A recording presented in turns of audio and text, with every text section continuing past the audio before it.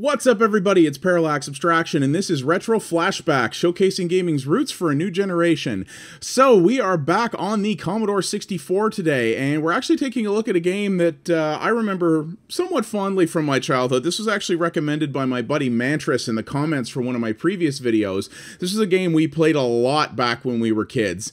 And, well, you may be wondering why the heck there's an ad for some kind of weird snack food at the front here. Well, this is kind of interesting. So we're taking a look at Action Biker today, and this is actually the original UK version of the game. This game was put out by Mastertronic, which was a value publisher back in the day that was actually based out of the UK.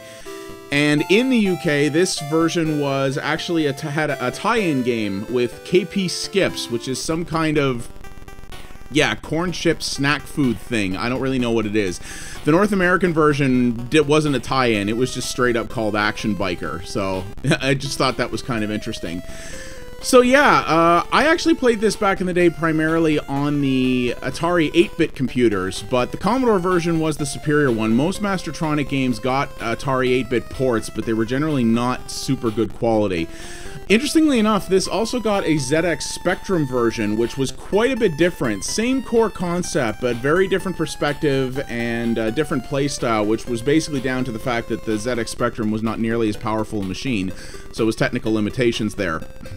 But yeah, so basically this is a game that I remember it somewhat fondly, but maybe hasn't aged super well, and maybe doesn't hold up as well in this day and age as one might hope.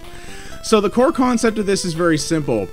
You are a guy, at least in this British version, named Clumsy Colin, who is apparently living in this tiny little post-apocalyptic dystopian environment where you're in an infinitely looping open world where there are no other people, no other anything, and this is not a post-apocalyptic game, not at all. It just kind of feels that way in some respects. And your goal here is that you want to enter a bike race, and in order to do that, you start with your basic bike, but nothing else. As you can see there at the beginning, I actually picked up a crash helmet. You apparently start with nothing, no safety gear, no anything, and certainly not with a bike equipped needed to win the race.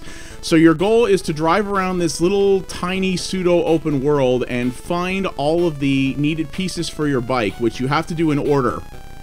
And you have to pick them all up. And there's a number of different potential failure states available here. So you have to get it all done by noon. As you can see, we've got a time there that's ticking up. So there's another part there. It's these little flashy things. So that was a crash helmet I first picked up. This is riding leathers. Like I said, you start with nothing, and you have to get all the parts in order. You can only get them one at a time. You have to get them by noon. You'll miss the start of the race if you don't enter it by noon. And this is a score attack game. So you see there's a bonus ticking down there on the bottom right. So the faster you pick items up, the faster or the bigger the points you'll get for it. But at the same time, if that bonus timer hits 0, you'll also lose a life. So you're incentivized in multiple ways to move very quick. You may have also seen a fuel meter there which just filled up. Yes, indeed. So your fuel actually depletes as you drive along, and you have to repeatedly drive into this gas station to keep yourself filled up. Again, your fuel runs out. You can't just get off the bike and walk into the gas station. Nuh-nah. You lose a life if you do that. And of course, you'll also lose a life if you run into anything. And this is what happens when you do that. You get this seizure-inducing strobing effect, and then you start back over again. Now, you have a certain number of lives, as you can see, and you will keep all the parts you've collected. So, as long as you do it in this one session. So, and your only real objective is to get all the parts in time, and then you go to the race, you run the race super quick. It's just like basically a drag race. It's not even a race on an actual, like this is the track here, and it's not even a race of multiple laps or across a course or anything. You just have to run the race to the end, and then that's game over. That's basically the whole objective in this. It's really about the thrill of the hunt, if you will, and more about, searching around and trying to find the parts and doing it as quickly as possible and doing multiple runs of the game to try to get the best score. That's really your idea. And it's kind of neat because you can see the world is a little bit free roaming. You can kind of go wherever you want. You can look around, and the environment is quite a bit different here. It's not very big, and it does loop around. But it is a very, very early sort of incarnation of open world gameplay, which was kind of interesting in its way. This game actually has a somewhat cult following. There's actually some people who were calling this one, in a forum I was looking at, who were calling it one of the most underrated games on the Commodore 64, and I don't know if I go that far, but it's interesting nonetheless. Some of the mechanics in that are pretty impressive for a game that was a budget title. Like I said, Mastertronic was not the term AAA gaming didn't really exist back then, but they were not a publisher in that respect. They sold titles at budget prices, but for a budget publisher, they actually put out a lot of good stuff. The problem is that while this was impressive back in the day, it just doesn't hold up very well. The concept of it, the size of the open world, and the basic mechanics of it just are not that impressive, and they just don't hold together all that well.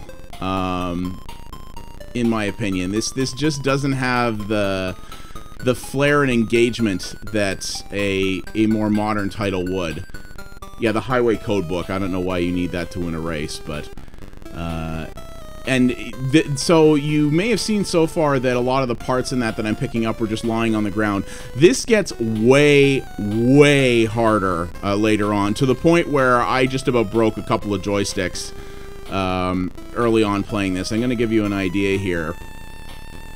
You also may see there that there's a gear in the bottom right, which can affect how quickly you can accelerate. You start with only a basic gearbox, so I actually can't shift gears.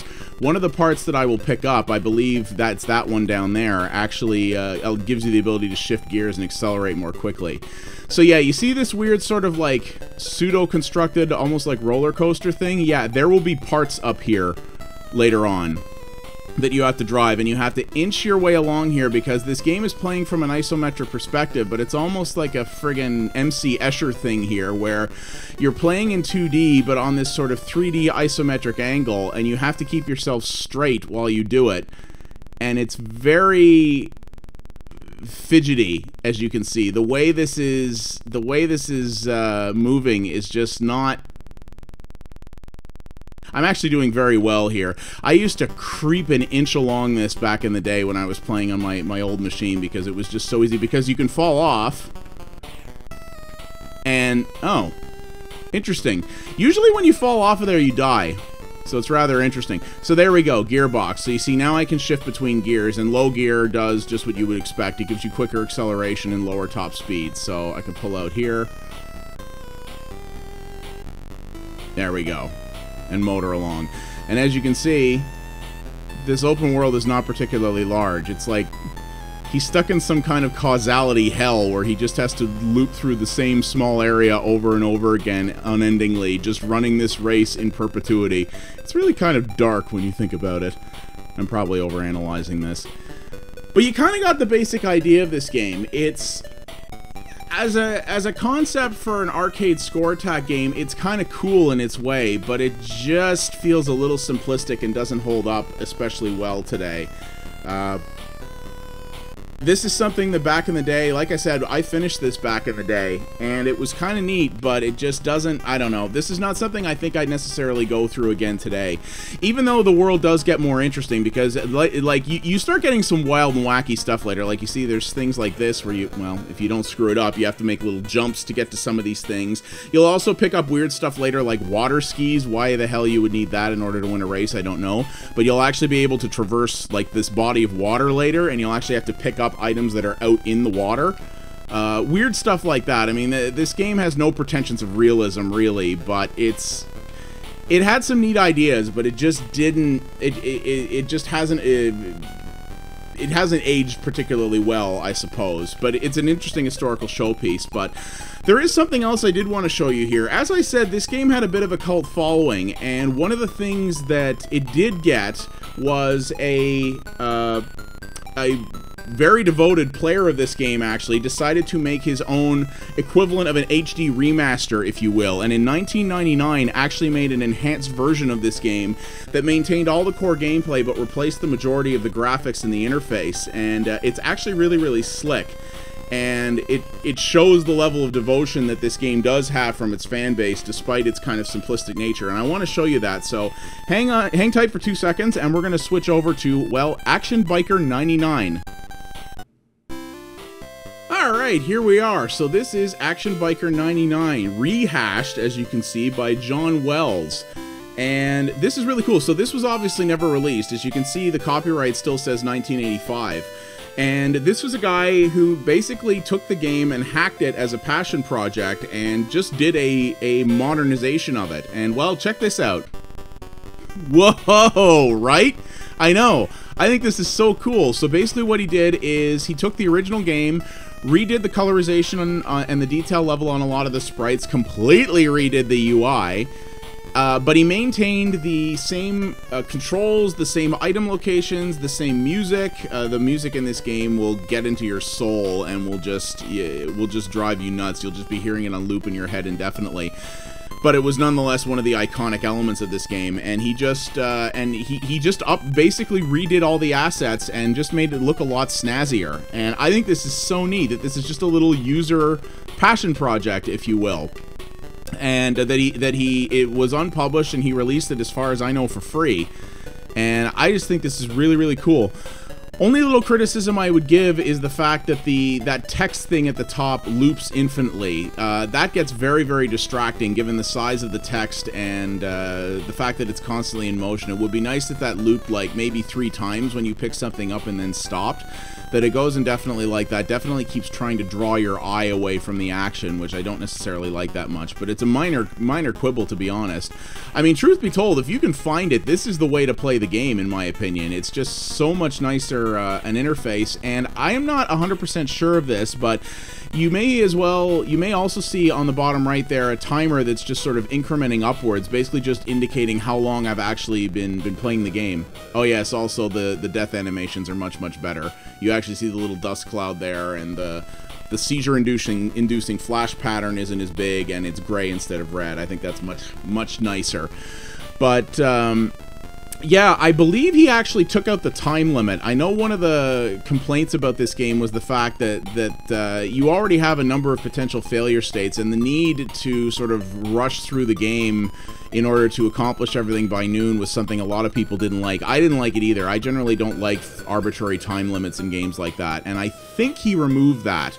And the timer just shows how long you've taken for your own sort of personal goal setting, if you will. I'm not 100% sure of that, but if that's what he did, I also approve of that. I think the time limit mechanic in the base game was needlessly frustrating and generally unnecessary. So, but I like this version. I mean, like I said, this is really the way to play it if you can find it. It just looks so much better, and I mean, if Action Biker was put out by a larger publisher that gave their developers bigger budgets, maybe it would have looked like this. I don't know. It wasn't a super early game in the lifespan of the Commodore 64, but it also wasn't a super late game either. So as developers learned the system and got better at it over time, maybe this would have improved. It could have improved and looked like this as well. But I love seeing stuff like this where just devoted fans actually spend the time, and it's not an insignificant amount of time, to just give these really nice treatments to games like this. You don't see it all the time, but you can. I really respect this because these are guys who are not in it for the money. They do it out of passion and a love for the game. And kudos to John Wells for doing this. I think this is pretty cool and really breathes new life into the game. I mean, like I said, it doesn't change the mechanics, so if this game seems a little simplistic for you, or the kind of thing where you're like, oh, I don't know if I want to play that in this day and age, this is not going to change that for you. He gave it a new visual treatment, but the core elements of it are still exactly the same, so, you know, if that's a problem for you, it's still going to be a problem here. But I still like this. I mean, this game, it brings back fond memories for me, needless to say. I mean, fond memories of, you know, wanting to smash my joystick over my knee at some points, to be sure. But I really like this back in the day. It just doesn't... I don't really see a reason to revisit it to a great length today. There are just, if you want to play something like this, there are other more advanced ways to do it now.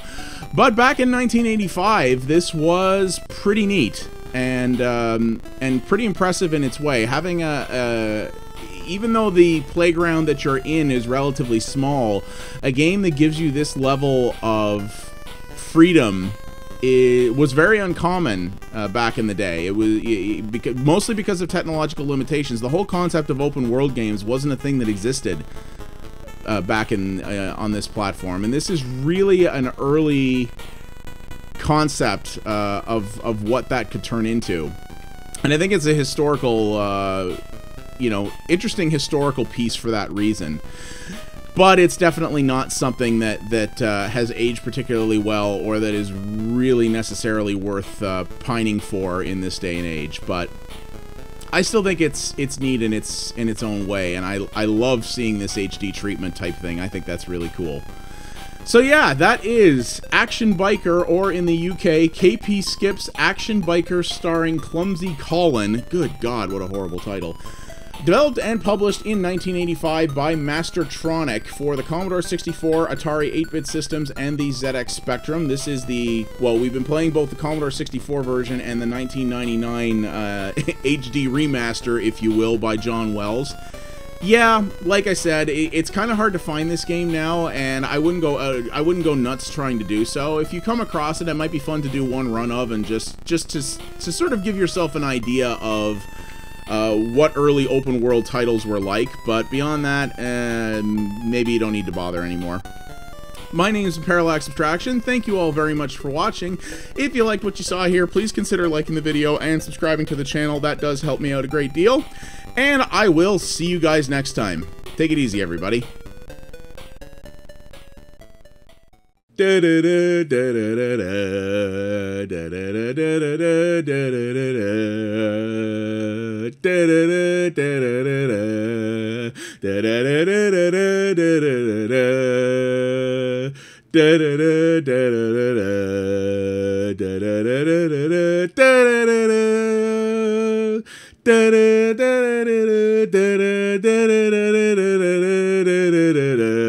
Oh, God help me!